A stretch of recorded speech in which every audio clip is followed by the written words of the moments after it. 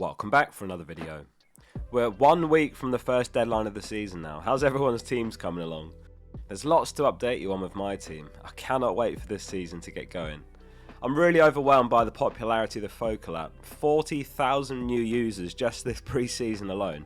So 241,000 active users over the last year now. We've been working late hours to bring you loads of new features, and we've got some really exciting additions coming over the next week on the app. Search FPL Focal in the App Store. It's on iOS and Android and it's free. Given how expensive it is to host that many users and to pay for developers, there is also a premium plan which hides all the ads. It gives you full dashboard customization, so you can rearrange the widgets, you can change the color themes. You also get weekly articles written by me, predicted lineups for all 20 teams every game week, and you also unlock lots of premium features on the widgets. So you get all of that for 46p per week, or it's actually 39p if you sign up for the whole season. As highly requested, we've added a season pass. There's only 1 week left to take advantage of that pre-season discount before it goes up, so make sure you get on that. Link below to get the app.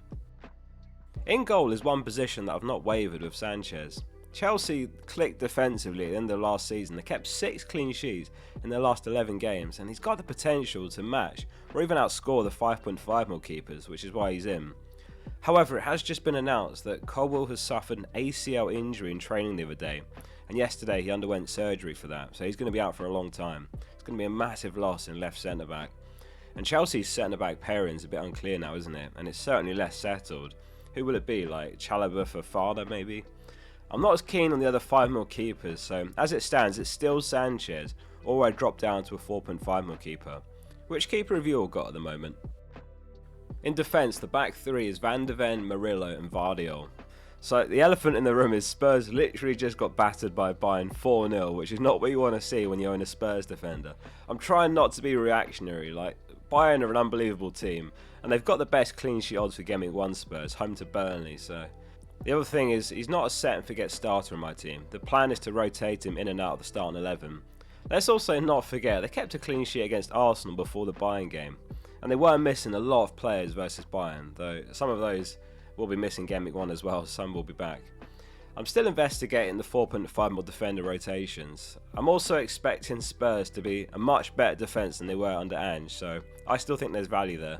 I was playing around with the fixture ticker widget just before I hit record. I was looking at defender rotations, and Spurs with Bournemouth is an interesting pairing as well. Like, I might wildcard in Gameweek 13 for some fixture swings that week, and even if I go that far back on the ticker, Spurs and Bournemouth still pair together really nicely, so something like Van de Ven and Senesi or Van de Ven and Truffet looks nice. Defensive contributions are going to play a big part this season, so I am trying to factor that in with my picks. Tom Bradley from Scouts produced some unbelievable graphics this pre-season on defensive contribution data. This one here measures the average contributions per game last season. It also has the percentage of time that players hit that 10 plus threshold in home, away and overall games to get those 2 extra points basically. And look, Tarkowski's miles ahead, having hit at least 10 contributions in 66% of games, so 2/3. And second is Murillo though, who hit it in 52% of games, so just over every other game for him. So if you tie that in with good clean sheet potential for their opening fixtures, plus there is that bonus potential, there could be games where Murillo hits 10 plus points just for getting a clean sheet and no goal involvements. That's never been possible before, because obviously it's 6 for a clean sheet, 3 maximum bonus, 9 pointer. We're going to see some 11-point scores from defenders this season with no goal involvements. Why Vardiol then? Like, if he's really bad for defensive contributions, as this graphic shows. I might be alone in this thinking, but obviously in left back he would have racked up fewer contributions, and the centre backs always do better, but I'm just also looking at the fixtures compared to the other 6 defenders, and I really prefer Man City's fixtures over Arsenal and Liverpool's. Arsenal have got Liverpool, Man City and Newcastle and they're opening 6 games. Liverpool have got Newcastle and Arsenal, plus they do have Chelsea away, Gameweek 7. City do have Arsenal Gameweek 5, but other than that, the run is way better. And of course, they've got Reinders in now, they've got Rodri coming back. There is obviously a risk of Pep, like no one is completely nailed besides Haaland, but I'd like to think Vardiol is nailed, whether it's in left centre-back or left-back. Obviously, defensive contributions have become such a big talking point. I wouldn't be surprised though if the premium defenders that get less DC points still do well because of the extra clean sheets, and that might be something that becomes obvious when we look back in hindsight, like 5 or so game weeks in. I'm interested to know if anyone else has been looking at Vardy for that reason, or if it's all about DCs now. Before we go through the other positions, don't forget to hit subscribe. I'm going to be posting daily content from now until the first deadline and throughout the season to help you out. I finished 3.4k last season and I have been number 1 in the world before, though that was very lucky but still worth a mention, so hit subscribe. In midfield, some changes. So Salah and Palmer remain staple picks for me. They're not going to change before Gameweek 1 barring injury. Bruno comes into the team. So first of all, Rodgers rolled his ankle in a recent friendly, so he's left the team. Initial assessments indicate that the ankle injury he picked up against Roma is not thought to be serious, which is good news. It also says caution remains as further tests are going to take place, but as of Thursday morning, they're hopeful that he will feature against Newcastle Gameweek 1. But that aside, I've been really impressed with Man United's signings, Cunha, then Mbeumo, and now Sesko. You compare that to last season and who Bruno had in front of him, he still managed 174 points, or that would have been 193 under the new FPL rules, despite what he was working with the greatest respect to the teammates. He actually did really well for defensive contributions last season as well. He hit the threshold 11 times, so an additional 22 points.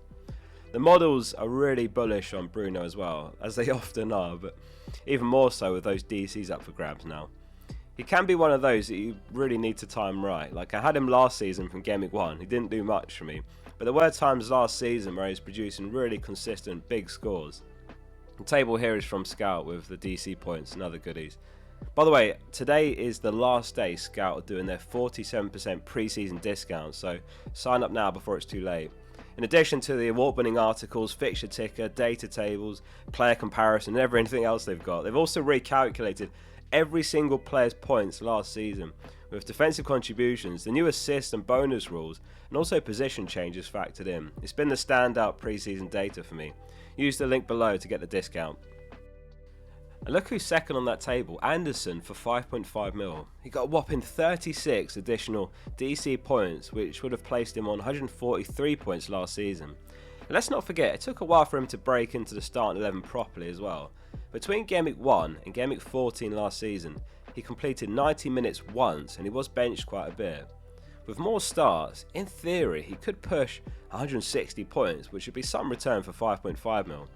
The big question is, do we go for the defensive contribution picks, lower upside but more consistent, or do we back the wingers that are more upside but less predictable?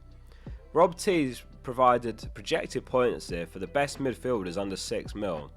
Anderson, Adingra and Caicedo all on 21 points for the opening 6 game weeks. Reinders and Arias on 20, so just 1 point behind. It's really hard to project this sort of thing, of course, especially pre-Game Week 1, but it does give you a lot of food for thought, doesn't it? I've toyed around with Adingra in a few of my drafts. I'm almost certain to have a 5.5 mil midfielder on my team. It's just which of those two. Marlon's missing here. I'm a bit less keen on him just because of his minutes.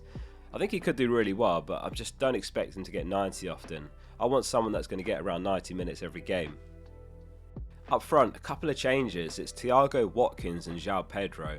So Ornstein's just been reporting that Jackson's increasingly likely to leave Chelsea and there's suitors in the Premier League and abroad. So I'm just looking at that headline and thinking, João Pedro is undoubtedly the main number 9 for Chelsea. No penalties of course now, and I do recognise there's still potential for early subs for Delap or maybe other players like Neto who can play up top, particularly in those games that are wrapped up, which we saw happen in the Club World Cup, where JP was sensational to be fair. It's a 50-50 between him and Wood for me. I'm not considering Solanke or Mateta personally. It's also a sort of early opportunity to ride the template because he's over 50% owned. Imagine if he goes and rips out the opening game weeks.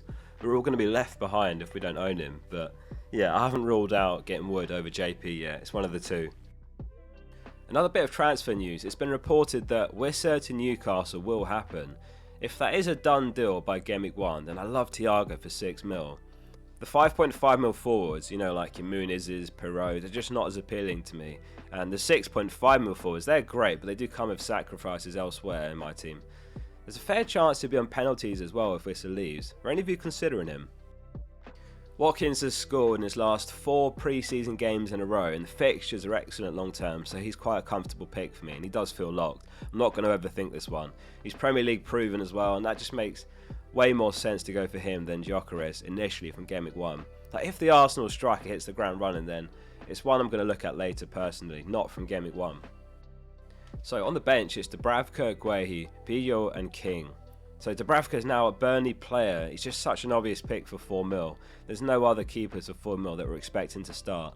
Obviously Burnley did sign Perry as well, he's 4.5 mil, but Dubravka is Premier League proven, and I can just see them going with him Gameweek 1 over an unproven second tier Bundesliga keeper in Perry. Guehi and Van der Ven rotate quite nicely, so that's the pairing that I'm currently on. The idea is to start them both in Gameweek 4 when Murillo's got Arsenal away. The question is whether to go with the very popular Esteve or go for a Leeds defender for 4 mil. So basically if I go for someone like Billo or Gudmundsson or Rodon, that avoids the Burnley double up. But also the markets do favour Leeds defence over Burnley slightly this season and the opening game weeks. I know Burnley conceded an incredibly low number of goals, but Leeds actually had a better expected goals conceded over the season last year.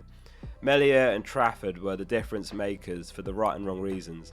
Trafford, of course, he's gone as well from Burnley, so I'm considering Billo, who is just suspended for Gameweek 1, that's the red flag.